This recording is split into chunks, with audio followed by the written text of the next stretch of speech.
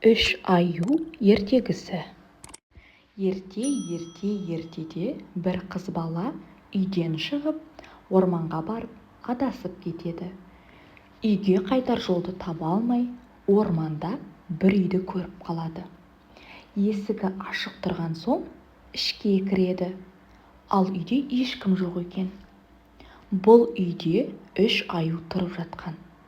Ең үлкені әкесі, аты Михаил Иванович. Екінші аю сәл кішірек, ана аю, аты Настасия Петровна. Үшіншісі кішкентай аю, қонжық, яғни балалары, аты Мишутка. Аюлар үйде болмады. Олар орманда серуендеп жүрген екен. Үй екі бөлмеден тұрады. Бірінші бөлме асхана, екіншісі жатын бөлме. Қыз бала асханаға кірсе, стол үстінде тағам салынған үш ыдыс тұр екен. Бірінші ыдыс үлкен көлемді, ол әкесі Михаил Ивановичтікі. Екінші ыдыс кішірек, ол Настасия Петрованың ыдысы. Ал үшінші көк түсті ыдыс кішкентай аю Мишутканың ыдысы. Әр ыдыстың жанында үлкен, орташа және кішірек қасықтар жатты. Қыз бала үлкен қасықты алып, үлкен ыдыстан тамақ ішті. Одан кейін орташа қасық пен орташа ыдыстан тамақ ішті. Және кішірек қасық пен көк түсті ыдыстан тамақ ішті. Қыз бала отырғысы келіп қараса, үш орындық тұр екен. Өте үлкен орындық Михаил Ивановичтікі. Екінші кішірек Настасия Петрованыкі. Ал үшіншісі өте кішкентай және көк жастығы бар орындық қонжық Мишутканыкі екен. Қыз бала үлкен орындыққа отырмақ болып еді, одан құлап қалады. Ал екінші орындық ыңғайсыз екен. Ал кішкентай орындыққа отырып еді, оның ыңғайлы екенін сезіп күлімсірейді. Тізесіне көк ыдысты қойып, тамағын ішіп алады. Көжені ішіп бітірген соң, орындықта отырып, тербетіле бастайды. Ал орындық шыдамай қақ бөлініп қалды. Қыз бала жерге құлайды. Орнынан тұрып, орындықты орнына қояды. Одан кейін жатын бөлмеге барады. Бөлмеде үш төсек тұр екен. Үлкен төсек Михаил Ивановичке арналған. Орташа төсек Настасия Петрованыкі. Ал үшінші кішкентай төсек қонжық Мишутканыкі. Қыз бала үлкен төсекке жатып еді, ол өте үлкен, кең екен.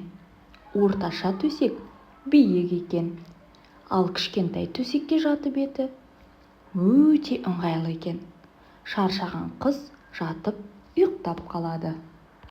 Қарындары ашып қалған аюлар үйге келіп, тамақ ішкілері келеді.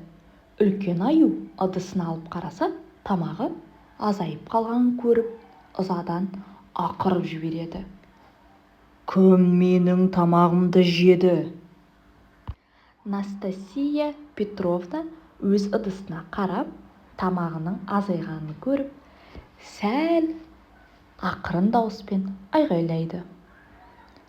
«Кім менің ыдысымдағы тамағымды жеп, ештеңе қалдырмады?» Ал қонжық Мишутка өзінің бос тұрған ыдысын көріп, ащы дауыспен айғай салды. «Кім менің асымды түгел жеп қойды?» Михаил Иванович өз орындығының орны қозғалғанын байқап, ақырып жіберді. «Кім менің орындығыма отырды? Орнынан қозғап жіберіпті ғой!» Настасия Петровна өз орындығына қарап, ырылдап жіберді. Бірақ дауысы қатты шықпады. «Кім менің орындығыма отырды? Орнынан қозғап жіберіпті ғой!» Ал қонжық Мишутка өзінің сынған орындығына қарап, айғайлап жіберді: «Кім менің орындығымды сындырып тастаған?»